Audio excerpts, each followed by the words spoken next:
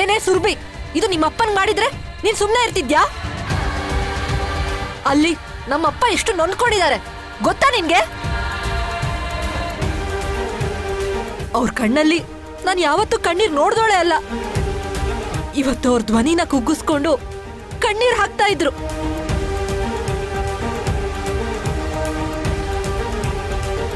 ನೋಡಿ, ನಿಮ್ಗೆಲ್ಲ ಅವ್ರ ಕಂಡ್ರೆ ಆಗಲ್ಲ ಅಂತಂದ್ರೆ ಹೇಳ್ಬಿಡಿ. ಇನ್ ಮುಂದೆ ನಾವು ಕೂಡ ಈ ಮನೆ ಕಾಲಿಡಲ್ಲ. ಶಿವಾನಿ,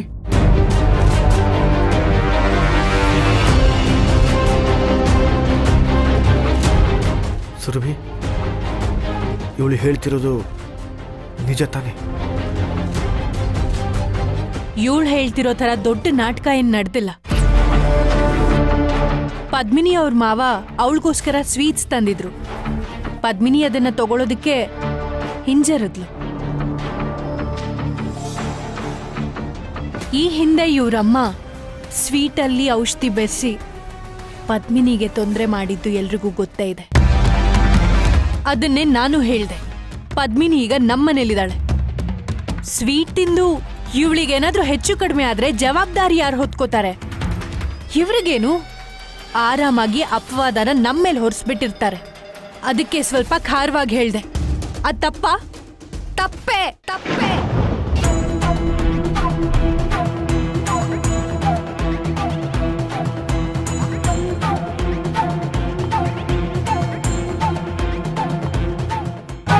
ಹೌದು, ಆ ಸ್ವೀಟ್ ಬಾಕ್ಸ್ ನೋಡ್ತಿದ್ದ ಹಾಗೆ ನನ್ಗೆ ಹಳೇದೆಲ್ಲ ನೆನಪಾಗಿದ್ದು ನಿಜ. ಅದಕ್ಕೆ ನಾನು ಗೊಂದಲದಲ್ಲಿದ್ದೆ. ಆದ್ರೆ ನೀನ್ ಆತ್ರ ಪಟ್ಬಿಟ್ಟೆ. ಲಂಗು ಲಗಾಮಿಲ್ದೆ ಬಾಯಿಗೆ ಬಂದಾಗ ಮಾತಾಡ್ಬಿಟ್ಟೆ. ಅಷ್ಟಕ್ಕೂ ಅವ್ರು ನನ್ನನ್ನ ನೋಡೋದಕ್ ಬಂದಿದ್ರು. ನಮ್ಮ ಅತ್ತೆ ಮನೆಯವರು ಪ್ರೀತಿಯಿಂದ ನನ್ನ ನೋಡೋದಕ್ ಬಂದಾಗ ಅವ್ರನ್ನ ಒಳಗ್ ಕರಿಬೇಕು, ಕೂರಿಸ್ಬೇಕು ಅನ್ನೋ ಕಾಮನ್ ಸೆನ್ಸ್ ಕೂಡ ಇಲ್ಲಿ ಯಾರಿಗೂ ಇರ್ಲಿಲ್ಲ. ಅವ್ರಿಗೆ ನೆಟ್ಟಗ್ ಮಾತಾಡಕ್ಕೂ ಬಿಡದೆ ಅವ್ರ ಮೇಲೆ ಅನುಮಾನ ಪಟ್ರಿ. ಆಗ ಅವ್ರ ತಾನೇ ಏನ್ ಮಾಡ್ತಾರೆ?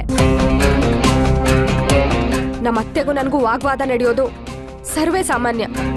ಆದ್ರೆ ನಾನ್ ಬಸ್ಸಿ ಅನ್ನೋ ವಿಷಯ ಗೊತ್ತಾದ್ಮೇಲೆ ಒಂದಿನನೂ ನಮ್ಮ ಮಾವ ನನ್ ಮೇಲೆ ಧ್ವನಿ ಎತ್ತಿ ಕೂಡ ಮಾತಾಡಿಲ್ಲ. ಅವ್ರು ನನ್ನನ್ನ ಪ್ರೀತಿಯಿಂದಾನೇ ನೋಡ್ಕೊಂಡಿದ್ದಾರೆ.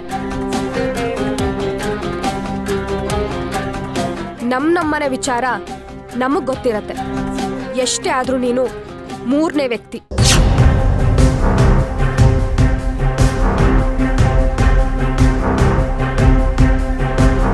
ಈ ವಿಚಾರದಲ್ಲಿ ನೀನ್ ಮೂಗ್ ತೂರ್ಸಿದ್ದು ನಿನ್ ತಪ್ಪೆ. ಇಲ್ಲಿ ನೀವು ಅವ್ರಿಗೆ ಮರ್ಯಾದೆ ಕೊಡ್ಲಿಲ್ಲ ಅಂದ್ರೆ ನಾನಲ್ಲಿ ತಲೆ ಎತ್ಕೊಂಡು ಓಡಾಡಕ್ಕಾಗತ್ತಾ? ನೀವೇ ಹೇಳಿ. ಅಮ್ಮ ತಾಯಿ, ಇನ್ನು ಪರವಾಗಿ ಮಾತಾಡಿದ್ದಕ್ಕೆ ಒಳ್ಳೆ ಮರ್ಯಾದೆನೆ ಕೊಟ್ಟೆ. ಸರಿ, ನಿನ್ ಪ್ರಕಾರ ತಪ್ಪಲ್ವಾ? ಈಗ ನನ್ನನ್ನೇನ್ ಮಾಡು ಅಂತೀಯ? ಕ್ಷಮೆ ಕೇಳ್ಬೇಕು. ಏನು? ನಾನು ಕ್ಷಮಾಪಣೆ ಕೇಳ್ಬೇಕಾ? ಹೌದು, ಕ್ಷಮಾಪಣೆ ಕೇಳ್ಬೇಕು.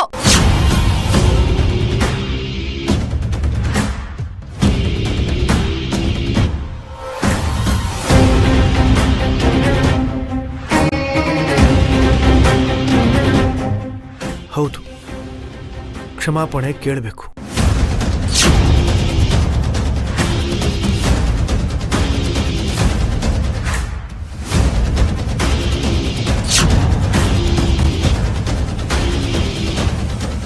ಬರೀ ಇವಳೊಬ್ಳೇ ಅಲ್ಲ, ಇವಳಿಗೆ ಸಪೋರ್ಟ್ ಮಾಡಿದ್ದ ಈ ಮಹಾನುಭಾವ ಕೂಡ ಕ್ಷಮೆ ಕೇಳಲೇಬೇಕು.